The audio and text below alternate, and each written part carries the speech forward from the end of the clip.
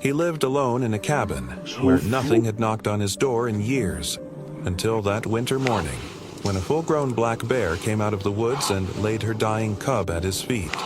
No growl, no threat, just a mother's silent plea. What followed wasn't just survival. It was a quiet, sacred choice that would change the man, the bear, and maybe even how we understand love itself. You won't believe what she did next. The wind that morning was the kind that whispered through the trees like an old hymn, soft and breathy but carrying the cold weight of January in Ironwood Glen. The forest surrounding Caleb Monroe's cabin stood still beneath a gray-white sky, draped in snow that had fallen steadily through the night. The nearest town, Hickory Pass, was 30 miles of winding, snow-choked roads away, and the air smelled of pine, wood smoke, and something ancient. At 51, Caleb had learned to recognize moods in the weather like signs from a quiet god. This morning, the silence felt off. Not the peace of solitude he had grown used to over the past 4 winters, but something suspended, like the forest itself was holding its breath. Caleb stood by the cast-iron stove, fingers wrapped around a chipped mug of black coffee. His beard, now more silver than black, caught the light from the fire. He was a man built from square wood and square decisions. Tall, broad-shouldered, with knuckles knotted from decades of carpentry, and shoulders that had started to slump inward like a roof weathered too long. His hands, calloused and scarred, were steady, but his heart hadn't been in years. Grief didn't scream anymore.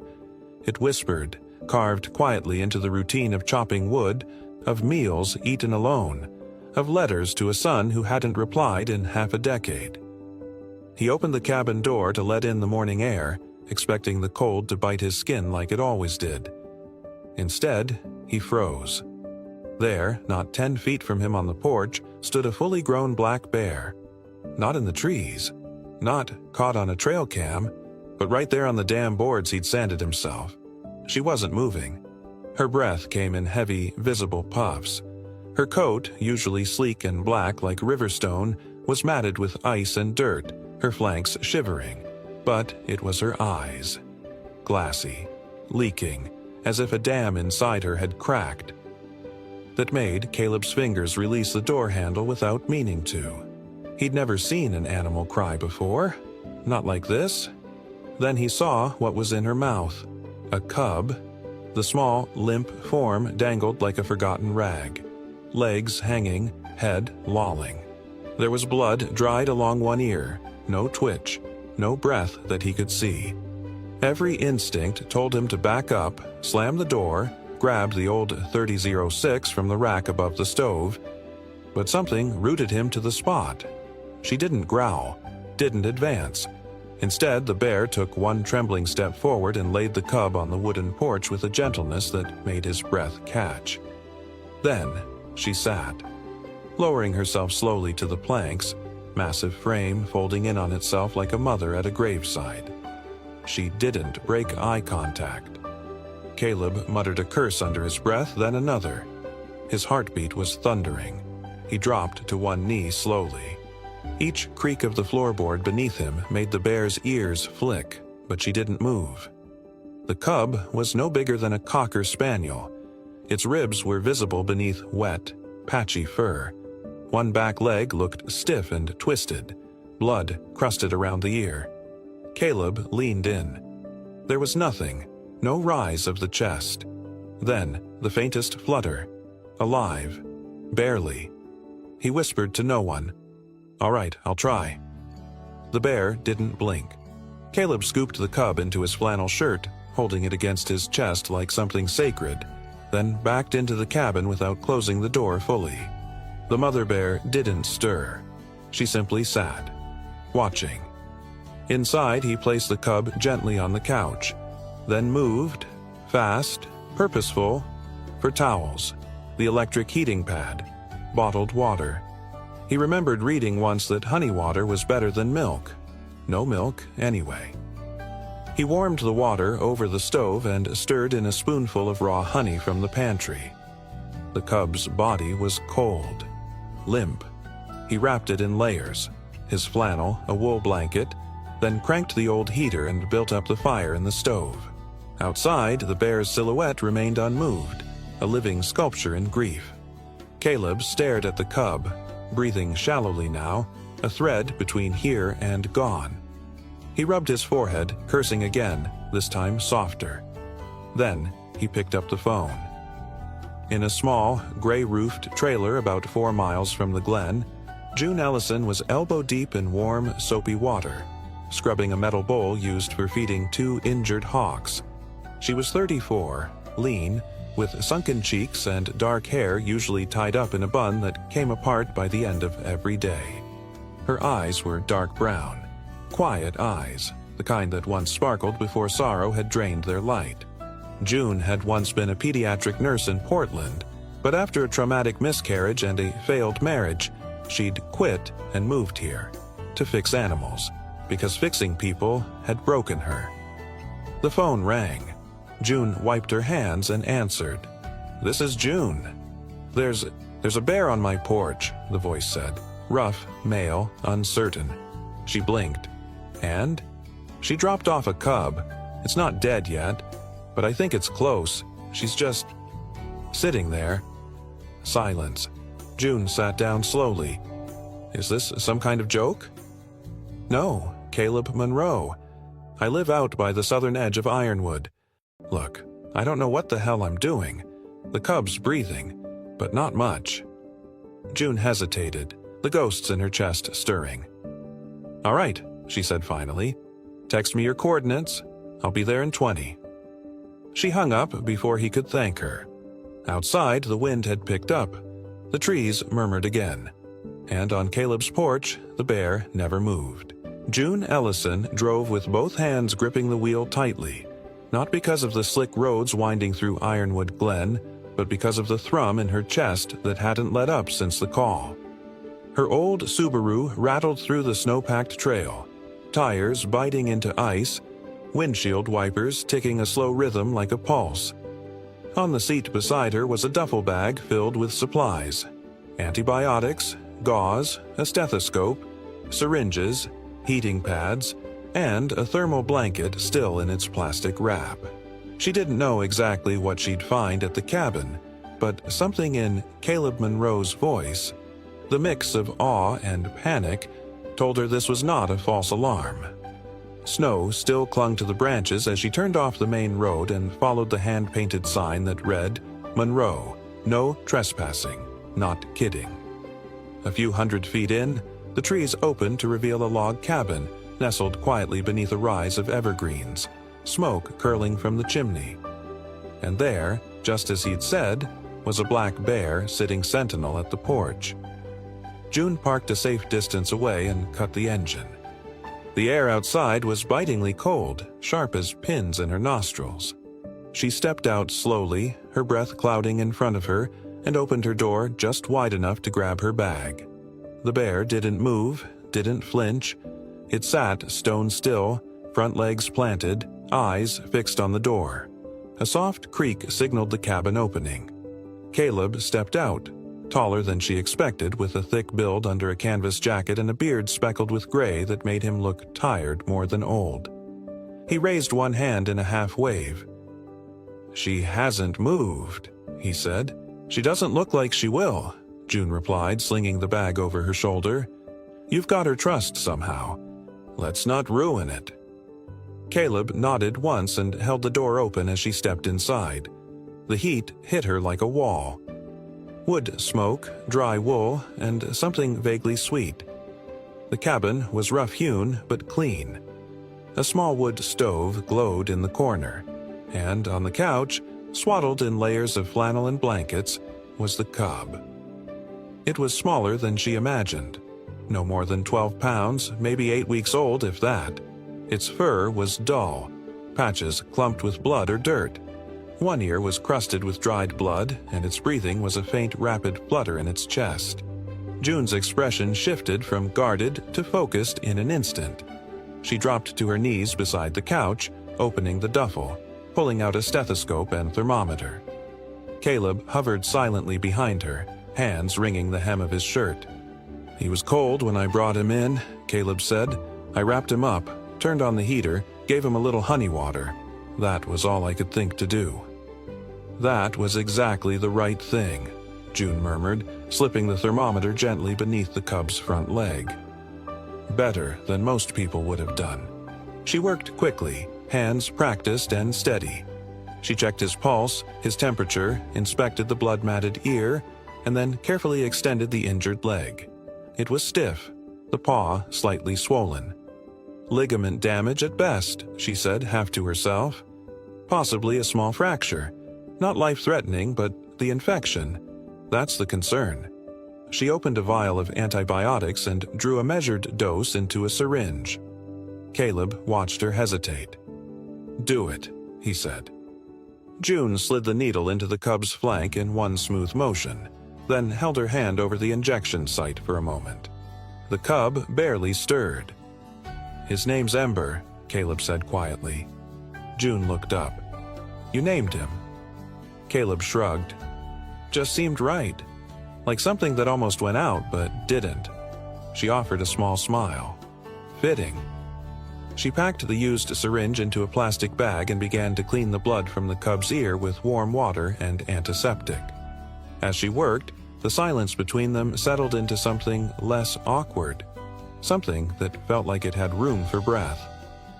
Outside, the wind rattled the window panes, and June caught a glimpse of the mother bear still sitting in the snow, unmoved, unblinking. "She hasn't even tried to come in?" she asked. "No, not once," Caleb said.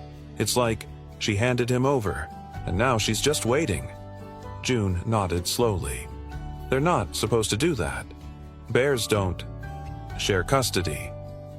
"No, they don't." She leaned back, stretching her legs out in front of her. "You live out here alone?" "Since 19.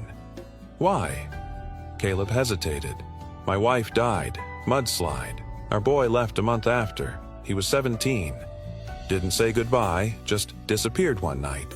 Left a note. Been writing him ever since, even though I don't know where to send them." June turned her head toward him. "And still, you stayed." He chuckled dryly. "I was building a life for 3. Didn't know how to shrink it to 1. June didn't speak right away. When she did, her voice was softer. "I was pregnant once, 3 years ago. 6 months along. Complications. The baby didn't make it. Neither did the marriage." Caleb looked at her. "That why you came here?" She nodded. "I couldn't take the noise, or the people who kept telling me it would get better." They sat in silence. Ember stirred once, a weak twitch of his paw. June checked his temperature again. Still low, but climbing. The antibiotics should help. Keep him warm. Don't try to feed him solids yet. Stick to honey water, a few drops every hour. Caleb nodded. "You'll come back?" "If he makes it through the night, yeah. I'll bring a splint for the leg." She began packing up her supplies. Caleb watched her, then walked to the small shelf near the door. He pulled a faded envelope from beneath a carved wooden bear and held it out. "I wrote this for my son," he said. "Never mailed it. I don't even know where he is." June took the envelope gently, turned it over in her hands. It was worn at the corners, yellowing slightly. No address, no stamp. "He might still read it one day," she said. "But maybe it wasn't meant to reach him. Maybe it was meant to reach someone else." Caleb nodded slowly, eyes on Ember. Outside, the bear mother shifted her weight slightly, her first movement in hours. June glanced out the window. "She's still there." "She's waiting," Caleb said. "Just like me." The temperature had dropped with the sun. By nightfall, Ironwood Glen was a frozen cathedral of moonlit branches and glassy snow, every sound dampened under the heavy hush of deep winter. Inside the cabin, the fire snapped softly in the stove, casting golden light across the walls, the couch, and the small bundle swaddled in wool and cotton. Caleb sat nearby on the wooden floor, one arm resting on a thick, checkered blanket. His shirt sleeves were rolled up, forearms marked with old nail punctures and splinters. Across the room, June Ellison adjusted a folded towel beneath the bear cub's head. Her long, dark hair had slipped from its bun again, falling over her shoulder like a ribbon of shadow. Neither had spoken much in the last hour. There wasn't much that needed saying. Then it happened. A twitch. At first, it was barely noticeable. A flicker of movement in the cub's back leg. Caleb leaned forward, his eyes narrowing. Another twitch. Then, slowly, Ember's paw flexed like a flower trying to bloom in frost. The cub's muzzle scrunched and his mouth opened in a small, soundless, smacking motion. Caleb exhaled shakily. "You see that?" June was already reaching for her thermometer. Yes, that's neurological activity. The antibiotics are doing their job. The cub stirred again, this time shifting his tiny frame. His back arched slightly and then one eye, glassy and unfocused, fluttered open. Just for a second. June smiled without realizing it. He's waking. Caleb stared at Ember like he was witnessing a miracle. He's trying to stay. They watched in reverent silence. Ember's eye blinked once more, then shut again, but his chest rose more steadily now, the rhythm closer to life than limbo. "Do you really think he'll make it?" Caleb asked, voice low. June answered with a nod, though cautious. "If infection doesn't set in, and if he keeps responding like this, yes. But he needs time." Caleb leaned back against the couch, his body sagging as if hours of invisible weight had just lifted slightly from his shoulders. Then he gets time. Outside, the wind moaned through the trees like a memory. The mother bear hadn't moved. From the narrow window, her silhouette was visible in the snow, curled into herself, facing the door like she knew her cub's soul rested just beyond it. "I don't get it," Caleb murmured. "Why bring him to me? Why not just hide in a den somewhere like she's supposed to?" June considered this, her fingers still lightly touching the cub's flank. Instinct, desperation, maybe both. Or maybe, she said, glancing at Caleb, she sensed something in you. Caleb huffed a small laugh. "God help her then." "She did help him," June corrected gently. "And now, so are you." The clock on the wall ticked slowly toward midnight. The fire crackled. They remained seated on the floor beside the cub, a quiet vigil. Eventually, June reached into her bag and pulled out a protein bar. She offered half to Caleb, who took it with a nod. "So," she said after a while, chewing slowly, "you were going to show me that letter." Caleb paused, reluctant, but the moment was still, and Ember was breathing, and something inside him loosened. He stood, crossed to the bookshelf, and retrieved the envelope again. He handed it to June. She unfolded the paper carefully. His handwriting was dense and slanted, the kind of script shaped by the grip of a pencil in carpentry gloves. "Dear Mason," she read aloud softly, then paused. "Mason, your son." Caleb nodded. "Named after his grandfather. He used to build birdhouses with me when he was little. Said he wanted to be like me when he grew up." Her voice returned to the letter. "I know you're angry, and I know I failed at being soft when you needed softness. Your mother was always the one who knew how to speak to your storms. I just stood there with wood and nails, hoping I could hammer everything back into place. But you left, and the house got quiet, and I stopped building things." June's throat tightened as she continued reading silently. When she finished, she folded the letter back into its envelope and held it gently between her hands. "You didn't fail," she said. "I didn't stop him from walking away," Caleb replied. June looked at him. Sometimes walking away is just another kind of grief. It's not abandonment. It's the only way some people survive. There was a beat of silence. Then, softly, she added, "You didn't write it wrong. You just wrote it too soon." Caleb blinked a few times, then sat down again beside Ember, who had shifted once more in his sleep, now curling slightly into a tighter ball, as if the warmth was seeping into his bones. June checked his leg again. The swelling had gone down slightly. She dabbed a fresh antiseptic along the wound and rewrapped it in clean gauze. "This is healing," she said. Caleb didn't answer. He just watched, eyes quiet, shoulders lowered. They sat that way for a long time. June eventually rose to stoke the fire, then returned to sit again. "You ever think about leaving?" he asked suddenly. She tilted her head. "I did, right after it happened. I drove south as far as California. But every town looked like where I lost her. Every street corner reminded me of what didn't happen." "What brought you here?" "My sister," she said, smiling faintly, "told me about a little town where no one asked questions, and the animals were more honest than people." Caleb smiled back. "Sounds about right. Now I can't imagine living anywhere else." Caleb looked at her for a long moment, then toward Ember, then toward the silent shape still guarding the porch. The fire crackled behind them, and Ember let out a tiny sound, a sort of groggy sigh, halfway between cub and kitten. "He sounds like he's dreaming," Caleb said. June leaned closer, her voice softer than breath. "Maybe he's remembering her heartbeat." The morning arrived like a slow exhale through the trees. Quiet, cold, pale, with a thin mist clinging to the pine trunks. Ember had made it through the night. His breathing was steady now, slow but sure, and his tiny body no longer trembled under the blankets. His injured leg remained stiff, but June was optimistic that the swelling would continue to recede. She left just after dawn to check on her animals at the small rehab trailer she kept near the ranger station, promising to return by evening. Caleb sat beside the window with a mug of coffee, watching the bear outside. She hadn't moved far. Still within a dozen yards of the cabin, resting on a snow-covered patch near a cedar tree.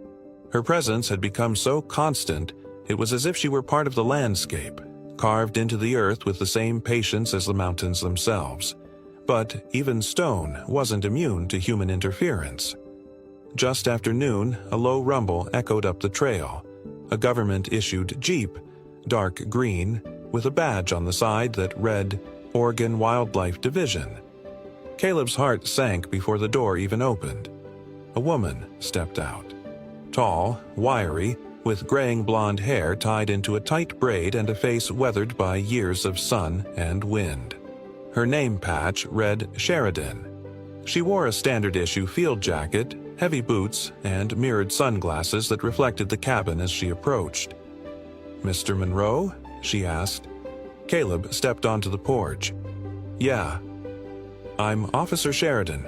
I'm responding to a report about a bear presence close to residential property.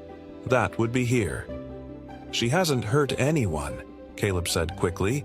"She's not aggressive. She brought her cub to my porch. She's just waiting." Sheridan tilted her head. "And the cub?" "Injured. My friend. She's a vet. She's been treating him. He's inside." The officer gave no visible reaction. "We've had 2 alerts about her. This far into the valley, it's not safe. For her or for you. We'll need to tranquilize and relocate her by tomorrow morning." "She's not a threat," Caleb repeated. "Mr. Monroe," Sheridan said, removing her glasses to reveal pale blue eyes hard as river ice. "I'm not here to debate instinct with you. I'm here to prevent risk. This is not up for negotiation." She handed him a folded notice. "You have until 800 tomorrow to resolve the situation. If she's still here, we move in." Then she turned and walked back to her Jeep, gravel crunching beneath her boots. Within moments, she was gone. Caleb stared at the notice in his hands, then at the silent bear beneath the cedar tree. She had not moved, but her ears had flicked. When June returned an hour later, he told her everything. She didn't raise her voice, but her jaw tightened, and her hand curled into a fist around the bag of supplies she was carrying. "They're not even giving her a chance," she muttered. Caleb nodded. "I think we have 1 night left. After that, they'll take her, whether she fights or not." "Then we take Ember to her," June said. He looked up sharply. "You think she can take care of him now?" "I think she wants to," she said, "but I also think she came to you for a reason. Either way, she should be the one to decide." They waited until just before sunset, when the sky bled orange behind the pines. Ember had enough strength now to lift his head, to look around, to paw softly at Caleb's flannel shirt. They wrapped him in a fresh blanket and laid him gently in a plastic bin lined with towels. The woods were quiet as they made their way toward the deeper part of Ironwood Glen, where the forest thickened and the trees grew old and wide. Caleb carried Ember, and June walked ahead with a flashlight and a canister of bear repellent slung over her shoulder, just in case. The snow was crusted from earlier melts and refrozen, making the trail both visible and treacherous. They reached a clearing that sloped gently toward a creek. Caleb placed the bin at the center, then stepped back. No sign of the mother. They waited in silence. Then, like smoke forming from shadow, she appeared. Emerging from between two large firs, her breath fogging the air, ears high, body taut but not tense. She paused at the tree line, eyes flicking from June to Caleb to the bin. Caleb knelt and gently unwrapped the blanket. Ember lifted his head. Their eyes met. The cub whimpered softly, then looked toward the trees. The bear moved forward, slow, deliberate. She approached the bin, lowering her nose to sniff. Ember made a small shaky sound, more whine than growl, and reached out a paw. The mother leaned closer, and for a long, breathless moment, she just stood there, inhaling every inch of his scent. Then she licked his head once, gently, almost reverently. Caleb swallowed the lump in his throat. But then, instead of picking him up or coaxing him away, she turned her massive head toward Caleb and nudged Ember with her nose, not toward herself, but back in his direction. He didn't move, neither did June. She did it again. A low, humming noise rumbled from her throat, not hostile, urging, relinquishing. "She's giving him to you," June whispered. Her eyes were shimmering now, lips parted in disbelief. "She's choosing you." Caleb felt Ember shift beside him, the cub pressing his nose lightly against his jacket. He instinctively scooped the small body into his arms. The bear watched, for a long time. Then, slowly, she turned away. She walked back into the trees. Not rushed, not panicked, but quiet, composed, powerful in that ancient maternal stillness. She didn't look back. June wiped at her eyes with the sleeve of her jacket. "She just did the hardest thing I've ever seen." Caleb couldn't speak. His throat was tight. He only nodded, hugging Ember close, the cub's head tucked under his chin, warm and faintly trembling. They began walking back in silence, the only sounds their footsteps in the snow and Ember's shallow breaths. Somewhere behind them, the forest closed like a curtain. The thaw came late that year. By the time the icicles had retreated from the cabin's eaves and the snowbanks had thinned into muddy runnels across the mossy slope, Ember was almost unrecognizable from the limp, dying cub who had once been little more than breath and bone. Now he was agile and lanky, his black coat thick and glossy with health. His back legs still carried a slight hitch, more of a memory than a limp. But it didn't stop him from galloping along the tree line or shimmying halfway up a cedar trunk before tumbling back with a grunt. Caleb Monroe watched him now from the porch, a coffee mug in his hand and a worn flannel over his shoulder. The cabin door creaked as it closed behind him, and he leaned on the railing, squinting against the morning sun. Ember was down by the woodpile pawing at a squirrel's old stash of pine cones. Every so often he'd glance toward Caleb's direction, ears twitching, but never fully approach until called. It had been 2 months since the mother bear had disappeared into the trees. And Ember, though still wild in his bones, had chosen to stay.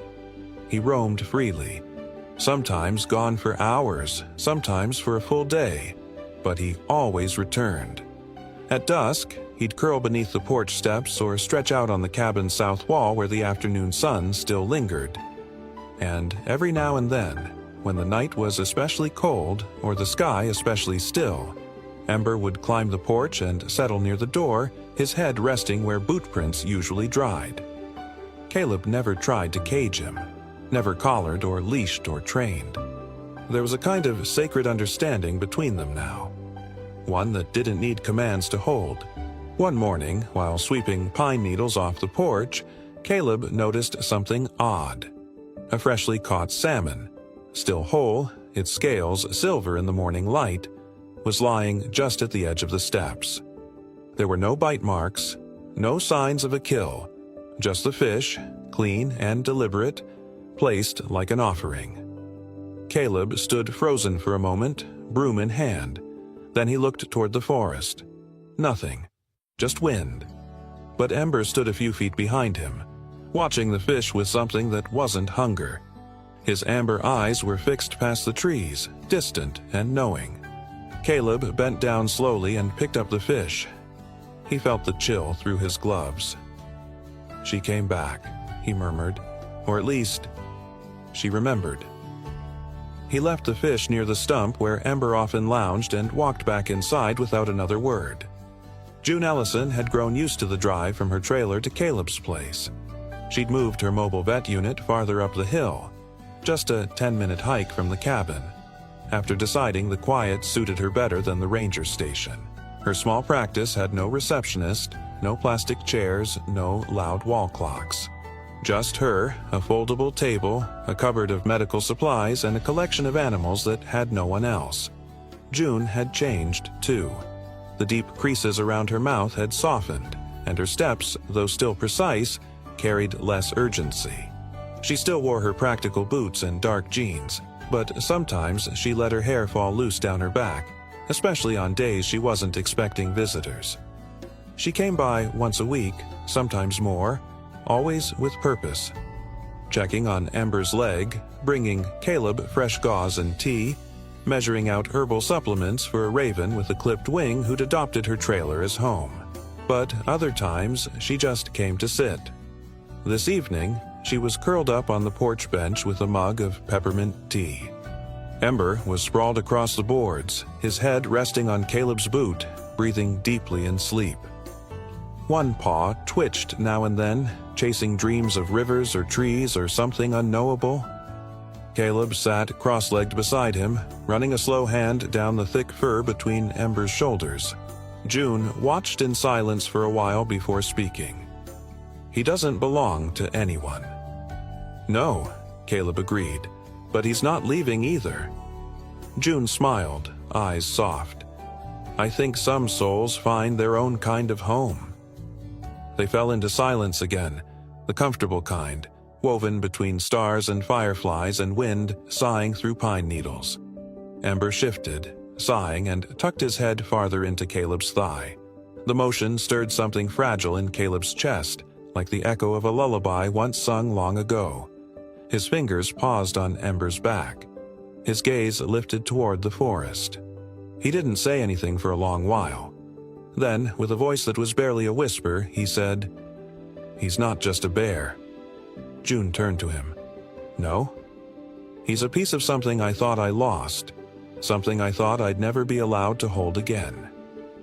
She looked down at the sleeping cub, then at Caleb, then gently placed her hand atop his, resting on Ember's spine. "You're not the only one who needed that." Ember made a small chuffing noise in his sleep, nudging against Caleb's leg. The porch light clicked on as night settled fully around them. No more words were needed.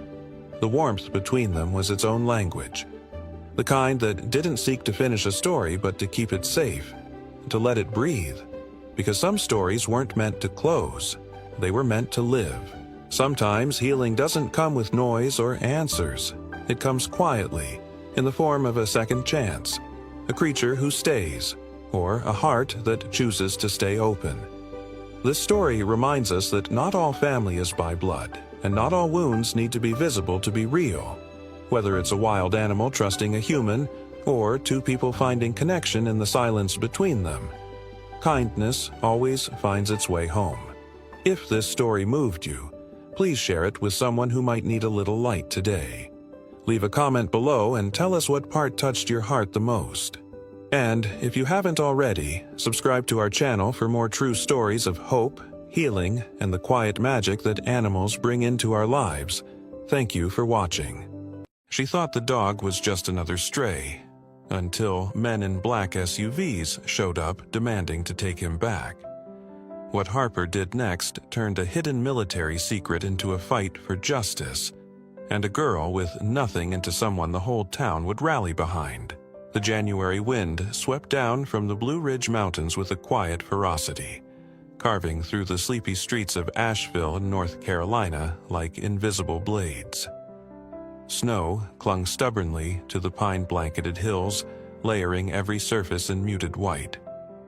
Along the edge of Beaver Lake, the water frozen solid into a grayish sheen, a girl sat alone near an old stone bench, her figure barely distinguishable from the landscape. Still, small, and overlooked. Harper Quinn, 19, had the kind of face people once described as bright, but it hadn't been called that in a long time. Her eyes, a quiet hazel, now held the weight of nights without shelter and months without certainty. Her wavy chestnut hair, once brushed and braided by her mother's gentle hands, was now tucked into the collar of a second-hand denim jacket that didn't quite close. She had inherited her mother's resilience, and her illness too, though in Harper's case, it was the emotional kind. The aftershock of watching cancer slowly take the woman who had meant everything. After her mother's death the year before, bills had mounted like snowdrifts, and Harper had quickly learned how fast a hospital debt could unravel the thin threads of a fragile life. Their small rental home was repossessed in spring. Foster homes came and went in awkward flashes. Too many rules, too much pity, not enough warmth. Harper walked out on the last one in September and never looked back. Now she drifted. Asheville had been her mother's favorite place. A place with soul, she'd said. Harper stayed for that reason alone. She sat on the frozen ground, legs tucked up against her chest, breath curling in the air. In her lap was half a stale peanut butter sandwich she'd managed to save from the soup kitchen the day before. She debated eating it now, but paused when she heard a sound. Faint, broken, almost like a cough wrapped in a whine. Her head turned slowly toward the alley that opened beside the lake's trail. A trash bin leaned crookedly against a brick wall dusted with frost. Beneath it, almost imperceptible against the snow, lay a figure. At first, Harper thought it was a pile of rags. Then it moved. A dog, or what was left of one. The German Shepherd was large, but his frame was sunken, his ribs visible even through the tangled, wet coat. His fur was a mix of tan and black, but grime and old blood had dulled the colors.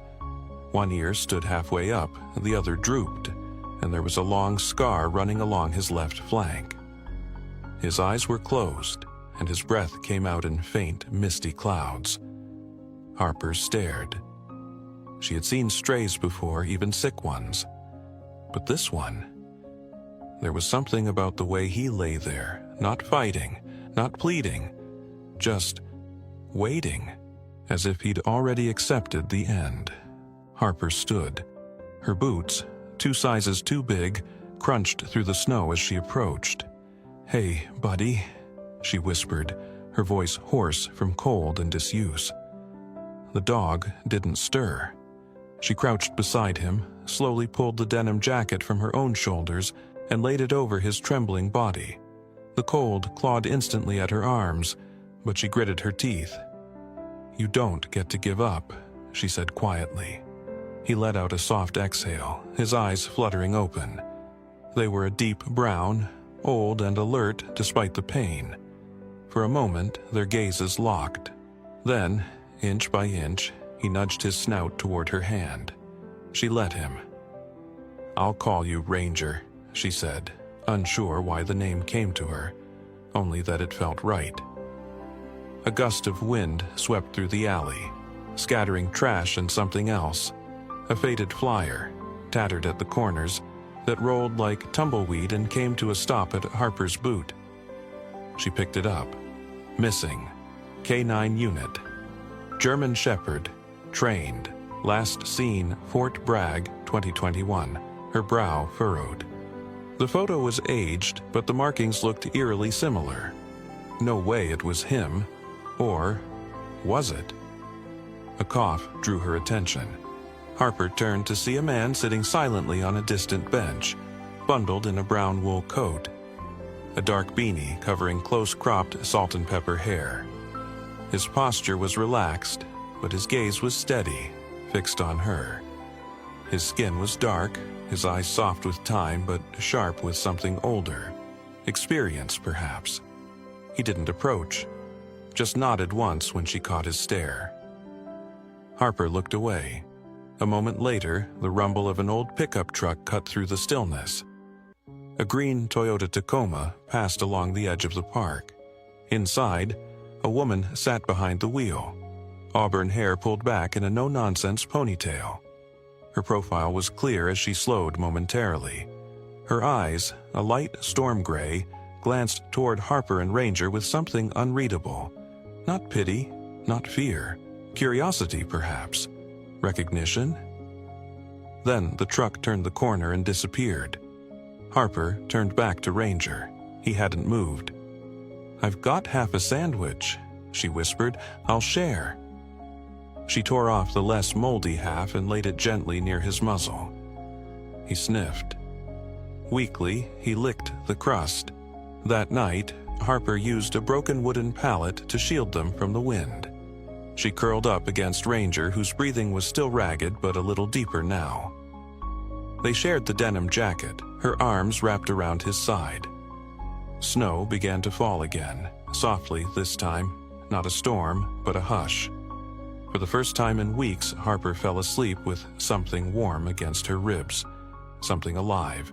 The next morning broke in silver silence. Asheville's winter sun barely pierced the heavy clouds draping the sky like damp wool.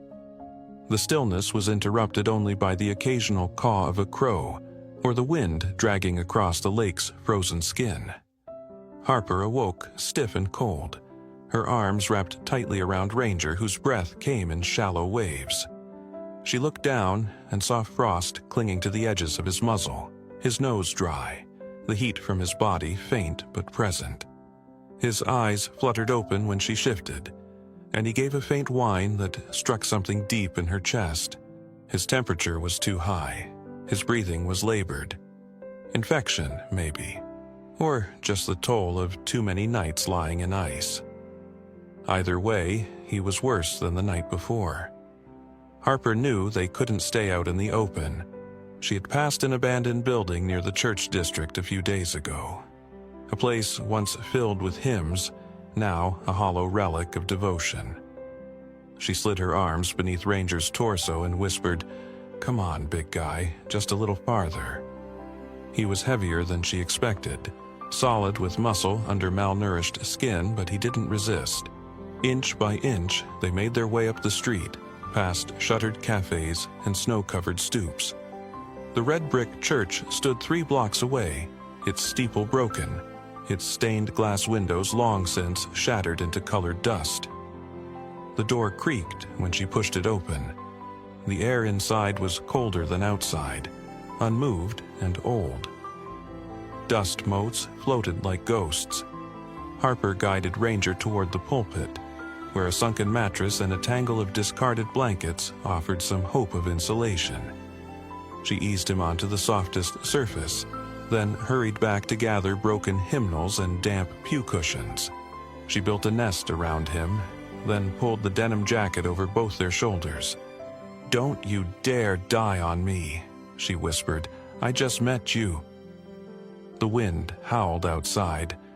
Snow began falling again, thick and determined. Harper pressed her back against the wall and watched the entrance for movement. Time slipped by, slow, uneventful, heavy with breath and waiting. It was almost midday when she heard the footsteps. Not rushed, not hesitant, purposeful. The door creaked again. A man stepped inside, tall and solid in frame, wrapped in a brown wool coat. A knit cap covered his graying hair, and his hands, broad, veined, steady, held a paper bag. Harper sat up, ready to run, but the man raised a hand. "I brought food," he said calmly, "and I'm not here to hurt you." Harper didn't move. Her hand went to Ranger's neck instinctively, though the dog didn't stir. The man stepped forward and knelt, placing the bag on the floor. "It's just a sandwich. Egg salad. I figured dogs might like the smell." Harper's stomach growled traitorously. She hadn't eaten since the half sandwich yesterday. She eyed the man, then the food, then finally said, "Why?" He sat back on his heels. "Because I've been where you are." His voice was low, unhurried. "Name's Elijah Knox, used to work with animals. Still do when I can." She studied him. Mid-50s, maybe older. Dark skin, weathered like driftwood. Eyes the color of coffee just before it cools. Calm eyes, watching but not judging.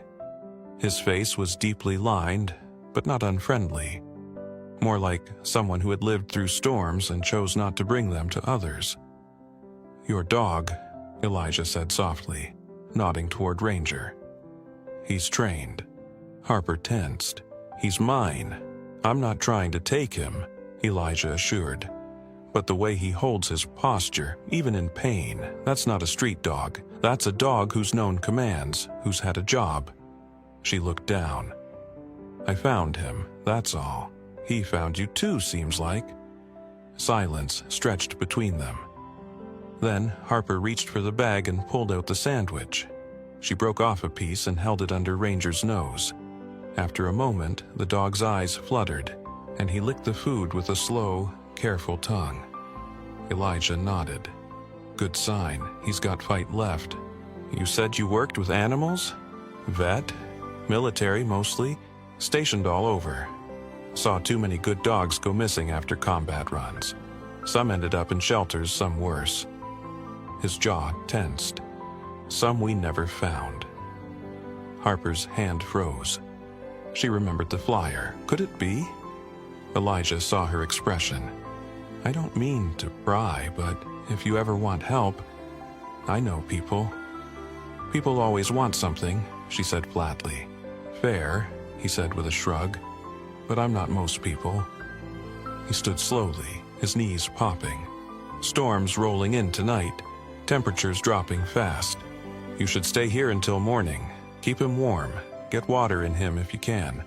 I'll come back tomorrow, just to check in." Harper hesitated. "Why are you doing this?" Elijah looked at her, not past her, not through her. At her. "Because you remind me of someone I failed, and I'm tired of failing." He left without another word, his boots crunching away into the snow. Harper stared at the door long after he was gone. The air felt heavier now, filled with something she hadn't known in a long time, the possibility of being seen. She turned back to Ranger. He had curled tighter into himself, but his ears twitched when she touched his fur. Later that night, the wind battered the church walls like fists on a coffin. Harper lay beside him under the pile of blankets, one hand resting on his chest. His breathing was slower now, steadier. At some point in the early morning, his head lifted just enough to nudge her hand. She smiled through chapped lips and let her fingers stroke behind his ear. "You trust me now, huh?" she murmured. "Took you long enough." Outside, the storm howled louder. But inside, the red brick church held two souls who had, for now, chosen not to give up. The morning after the storm dawned softer than expected. A sky stretched in shades of overcast pewter, but the snow had stopped sometime in the night. In the old red brick church, light filtered through cracked panes and touched Harper's face as she stirred from sleep. Ranger's body, pressed against hers was warm now, not feverish. His breathing was deeper, his ribs rising and falling in quiet rhythm. He was healing, slowly but surely. Harper stretched her sore limbs and whispered to him, "We made it another day." His tail thumped weakly against the floor. Outside, Asheville stirred too. The city's old bones creaked beneath frost, and people began their daily shuffle through half-cleared sidewalks. Harper knew she had to find food today, not just for herself, but for Ranger. Whatever money she could make, she had to try.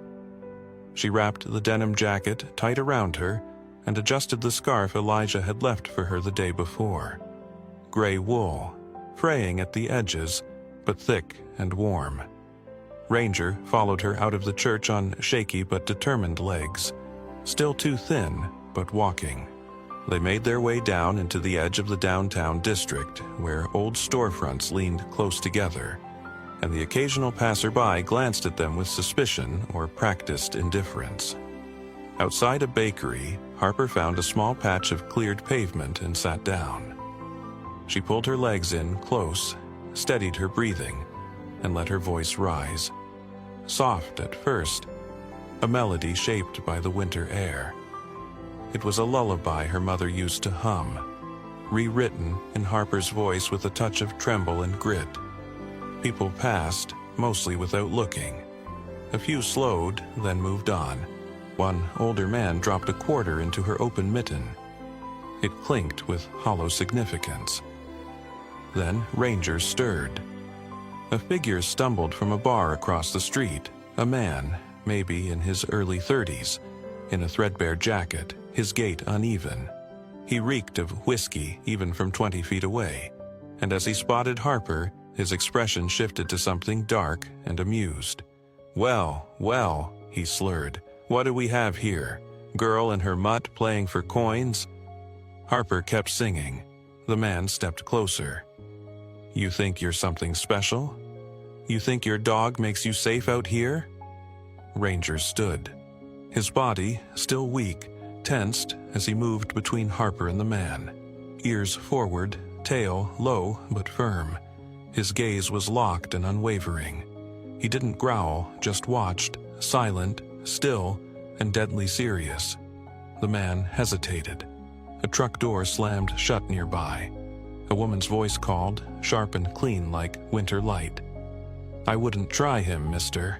Shepherds are faster than they look, and that one's clearly not yours." The man sneered, spat toward the sidewalk, and turned away. "Crazy dog people," he muttered before stumbling off down the block. Harper blinked as the woman approached. She was in her mid-40s, lean and wiry, with sandy brown hair tied back beneath a wool beanie.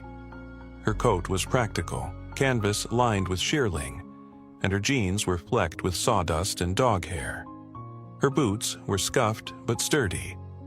There was a smudge of something green on her sleeve, and her eyes, light storm gray, were sharp but not unkind. "You okay?" the woman asked, her voice leveling out now that the threat had passed. Harper nodded. "Thanks." "You sing pretty. Not a lot of kids your age doing that downtown anymore. Not when they've got TikTok and earbuds." The woman glanced down at Ranger, who had returned to Harper's side and was lying down again, his body relaxed but his eyes still watching. "He yours?" "He is now," Harper said carefully. The woman crouched, holding out a gloved hand, palm up. "Mind if I say hello?" Ranger sniffed her hand, then nudged it gently with his nose. The woman smiled. "Well, aren't you something?" she murmured. "I've seen a lot of dogs, but you—" She looked up. "Name's Joni. I own Talbot Feed and Fur just up the block. You hungry?" Harper hesitated, then nodded. "Come by the back entrance after you're done. Don't worry. I'm not going to call anyone on you, just seems like you could use a warm place to be for a bit." By late afternoon, Harper found herself walking down a narrow alleyway between two brick buildings toward the rear door of a modest pet supply shop. A wooden sign above the loading bay read, "Talbot Feed and Fur," since 1997. The place smelled faintly of straw, cedar, and dog biscuits. Joni met her at the back with a key ring and a plastic container of peanut butter treats. She tossed one to Ranger, who caught it mid-air, earning a raised brow from Joni. Smart boy. Been trained? Harper only shrugged. Joni didn't press. Instead, she led them through the cluttered back room. Shelves stacked with kibble bags, old wooden crates, and a disassembled aquarium. "You can sleep here tonight if you want. I've got some old fleece blankets I was going to toss anyway. If you help tidy up the storage area, I'll make sure you've both got food in your bellies." Harper nodded. Deal. Later, while Harper swept dust from the corners of the storage loft, she heard the quiet shuffle of footsteps. A boy appeared in the doorway. Thin, pale, and freckle-free, maybe 14, with a mop of light brown hair and hunched shoulders hidden beneath a faded hoodie. His gaze didn't meet hers, but it lingered on Ranger. Joni called from the hallway, "Eli, don't bother the girl." The boy didn't respond. He just walked slowly toward Ranger, then sat on the floor several feet away, cross-legged. Ranger watched him, then, softly, crawled forward and laid his head on the boy's knee. The boy's hand hovered, trembling, before it landed gently between the dog's ears. Harper didn't speak, she just watched. Joni came into view then, holding a box of canned goods. She paused when she saw them. Her face softened. "Eli doesn't talk much," she said quietly. "Not since his dad passed. He won't go to therapy, won't speak to teachers. But dogs? He still listens to dogs." She glanced at Ranger, then at Harper. "I don't know what brought that animal into your life, but maybe he's here for more than one reason." That night, Harper lay curled under a donated blanket in the loft above the shop, Ranger tucked beside her. Below, the boy and the dog had fallen asleep side by side on the old braided rug near the heater. Joni watched them for a moment, then walked back to her small apartment behind the storefront. On her desk sat her open laptop. A message blinked in her inbox. Anonymous. No subject line. It read, "If you find the dog, keep your mouth shut. Not your problem anymore." Below it, no signature, just a date. January 12th. Joni frowned. Her eyes narrowed, and she shut the lid without replying. The snow that had blanketed Asheville just 2 nights ago had begun to melt, leaving slush in the gutters and muddy footprints on sidewalks. Winter had softened, not in temperature but in tone. More tired than brutal, as if the season itself had grown weary. Inside Joni's pet supply shop, the warm scent of cedar bedding and dry kibble clung to the air. The hum of a space heater filled the back room like a lullaby. Harper stood behind the counter sorting cans into tidy rows, glancing now and then through the glass storefront. Ranger sat by the door like a quiet sentinel, ears perked, eyes steady, as if listening to something deeper than sound. Joni had let her stay for 3 nights now, longer than Harper expected. In exchange, Harper worked. She restocked shelves, swept floors, and helped with deliveries. She didn't ask for money, only food for her and Ranger, and a place to sleep in the loft. And Joni never pushed. There was something unspoken between them, a fragile trust built on mutual understanding. They were both women who had learned how to survive silence. That afternoon, as Joni closed early to pick up inventory, Harper sat near the storage crates, brushing Ranger's coat with a borrowed comb. His fur had regained a sheen, and his ribs no longer showed as starkly. She smiled when he leaned into her hand, eyes half-lidded in contentment. From the corner of the shop, Eli approached, carrying something wrapped in an old flannel rag. He moved with the quiet gait of someone used to being overlooked, but he no longer avoided eye contact, not entirely. Harper met his gaze and offered a small nod. Eli, 14, pale with soft brown hair and slight shoulders, sat cross-legged across from her. He carefully unwrapped the object and held it out. It was a necklace, rough but carefully woven from leather cord and small wooden beads. The centerpiece was a carved pine disc, etched with what looked like a paw print. "I made it for my dad," Eli said, voice barely above a whisper, before he went. He swallowed. He said it was for protection. Harper hesitated. "I can't take that." "It's not for you," he replied, glancing at Ranger. "It's for him. He protects the people, doesn't he, like my dad did?" She reached out slowly, accepted it, then leaned forward and slipped it gently around Ranger's neck. "Thank you," Eli shrugged. "He likes me, that's all." Harper smiled. "He does. That means something." Across town, in a quiet bungalow tucked behind a row of pine trees, Elijah Knox sorted through boxes stacked in a storage shed behind his home. The air inside smelled of old leather, newsprint, and pine tar. He pulled down a small oak box, its corners softened with age. Inside, he found files, case notes, photos, scraps of forgotten duty. And there it was. A photograph, bent at one corner but otherwise intact. A tall man in uniform. Broad-shouldered, sandy blonde hair, about 35, standing beside a German Shepherd. The dog looked almost exactly like Ranger, same intelligent eyes, same alert ears. Printed at the bottom in blue ink, Kyle Everett and K9 Unit Ghost. Fort Bragg, 2019. Elijah's breath caught. Kyle Everett had vanished during a narcotics investigation in late 2021. Rumors circled about internal corruption, cover-ups, and betrayal, but the official story was simple. Presumed dead. No remains recovered. His K9 partner had vanished too.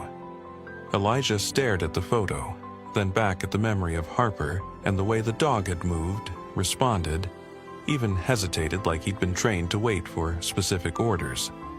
He stepped back, pulled out his phone and dialed. "Hello? Captain Brewster?" Elijah asked. "It's Knox. I need a moment." The man on the other end, a retired military officer with a clipped tone and gravel in his voice, paused. "Elijah, it's been years. I need to talk about Kyle Everett." Silence. "You don't," Brewster said finally. "Let it lie." "I can't. You're poking into a fire that never stopped burning. That dog? If it's who you think it is, he doesn't just have a handler, he's got enemies." Elijah frowned. "Then that girl's in danger. Then help her quietly. But don't go digging up graves that were buried for a reason." That night, Harper sat in the loft staring at the necklace around Ranger's neck, her fingers tracing the wooden disc. Ranger lay beside her, head in her lap, breath slow and peaceful. But her mind was anything but. Joni had returned from her errand with a bag of canned food and a strange look on her face. She hadn't said much, but Harper sensed a change. Something about the way she looked at Ranger, curious, cautious. As Harper lay back on the mattress of old blankets, she couldn't shake the feeling that something was shifting. That maybe she hadn't found Ranger by accident. That maybe someone would come looking. She rose just after midnight, heart heavy with unease. She gathered her things, barely more than a change of socks, an apple, and a tattered photo of her mother. She paused at the stairs, looked down at Ranger sleeping peacefully and whispered, "I'm sorry." She opened the door slowly, careful not to wake anyone. But Ranger stirred anyway. When she stepped onto the snowy sidewalk, he followed. No leash, no command, just instinct. "No," she whispered. "Stay, you're safe here." He stood beside her. "I'm not." She turned and began walking. Ranger trotted silently behind her. Back in the loft, Joni awoke suddenly, a flicker of intuition dragging her from sleep. She glanced out the upstairs window in time to see two shadows slipping down the alley. She sighed, then pulled her flannel robe tighter around her shoulders. Inside her desk drawer, she retrieved the printout of the anonymous email again. Her jaw clenched. She picked up her phone and dialed Elijah. "She's gone," Joni said. "Took the dog with her." "I know," Elijah replied. "I think I know why." The first real warmth of spring crept into Asheville, not with sudden fanfare, but with quiet persistence, thawing the last slush from beneath gutters, bringing the scent of damp earth and wet bark to the breeze. Trees remained bare, but buds had begun to stir on their limbs, and the early morning sun cast a gold-edged softness on everything it touched. Harper Quinn walked the edge of the woods just outside the town's limits, Ranger padding beside her in silence. She hadn't planned where to go when she'd left Joni's store 3 nights ago, only that she couldn't risk staying. She knew by now that someone was looking for Ranger. The email Joni had received, the way Elijah had studied the dog, the photograph, it all added up to something dangerous. She hadn't meant to drag anyone into it. Ranger had healed, visibly so. His fur was thicker, healthier, his ribs less defined, and his movements smoother. But his spirit, the sharp intelligence behind those amber eyes, had never dimmed. He watched Harper constantly, protective without being possessive, alert without being anxious. When she paused, he paused. When she breathed deep and trembled, he leaned into her. They reached a clearing near a back road where they could rest. Harper sat against a rock still cold from the night frost. Ranger lay beside her, head against her thigh. She closed her eyes for a moment, the wind teasing strands of her hair loose from her hood. She didn't hear the car until it stopped. 2 black SUVs, no markings. One door opened. A man in his 40s stepped out, broad-shouldered military-cut hair, navy windbreaker zipped halfway up his chest. Behind him followed 2 others, similarly dressed, their eyes hidden behind sunglasses, their gait purposeful. "Miss Quinn?" the first man called. Harper stood slowly, placing one hand on Ranger's neck. "Who are you?" "Private security," the man said. "You're in possession of federal property, the dog." Ranger growled low, ears flattening. "He's not property," Harper replied, voice steady. "He's mine." The man didn't flinch. "He's a missing K-9 asset, designation Ghost. Last registered under Officer Kyle Everett, presumed deceased. We're here to recover him." "You mean steal him back?" another voice said. From behind a patch of birch trees, Joni Talbot stepped out, arms crossed, her usual ponytail tucked beneath a baseball cap. She wore a canvas jacket with grease stains on the sleeves, and in one hand she held a folder. Behind her came Elijah Knox, calm as ever, but his eyes were sharp and cold. He carried a small binder of papers, old records, photocopied reports, and the photograph he had found inside the oak box. "You've got no jurisdiction," Elijah said. "No warrant, no ID, just intimidation." "Ma'am, sir," the lead man said stiffly. "We don't want a problem. The dog was stolen," Elijah interrupted. "During a mission that went off book. Kyle Everett's body was never recovered, and no formal investigation was closed. I contacted the Army's missing personnel unit. Ghost was never decommissioned, but he was never reclaimed either. That makes this a case of abandonment, not theft." Joni stepped closer. "And even if you had a claim, you wouldn't be trying to take him by force, would you?" One of the men looked toward the others. "Let's go," he muttered. "They're recording." The group retreated. No apology, no acknowledgement, just silence and tension leaving with the hum of engines fading into forest hush. Harper's knees nearly buckled. Ranger stayed at her side, rigid, but slowly relaxed. "Thank you," she said to Elijah. "You didn't have to run," he said gently. I thought I was protecting him." Joni walked up and placed a hand on Harper's shoulder. "You were, and now we'll help you keep doing that the right way." 2 days later, Harper stood outside a weathered building nestled in the lower hills of the Blue Ridge. It was a training center for therapy dogs and trauma rehabilitation, operated by a nonprofit that Elijah had once helped found during his early retirement. The air smelled of pine sap and warming soil. Inside, dogs barked, not in fear, but in excitement, in play. The center's director, a stout woman in her 50s named Rachel Lind, with tightly curled dark hair and a quick laugh, had reviewed Harper's application in less than 10 minutes. "She already has the temperament," Rachel had said. "And the dog? He's already doing half the work." Harper was given a spot in the next training session, focusing on therapy support for veterans and children with PTSD. She would live on site, train daily, and have access to classes in behavior, canine first aid, and emotional bonding. Ranger would be her partner throughout. The night before her first training day, Harper sat with Eli on the front steps of the center's guest house. Joni had brought him along to visit. Eli held the leash gently. Ranger leaned into his side, calm as a still lake. "I walked him by myself today," Eli said quietly, "all the way to the garden and back." Harper smiled. "I'm proud of you." "I'm not afraid anymore," he said. "Well, not as much."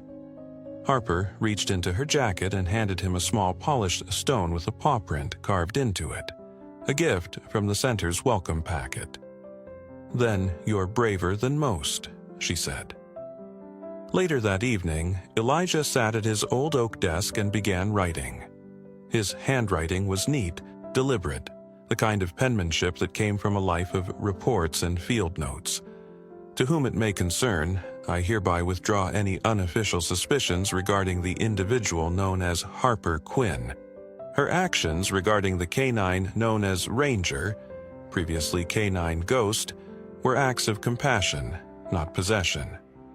I formally propose the establishment of a permanent youth animal rehabilitation program to be housed at the Blue Ridge Sanctuary Facility and operated with local support and volunteer funding.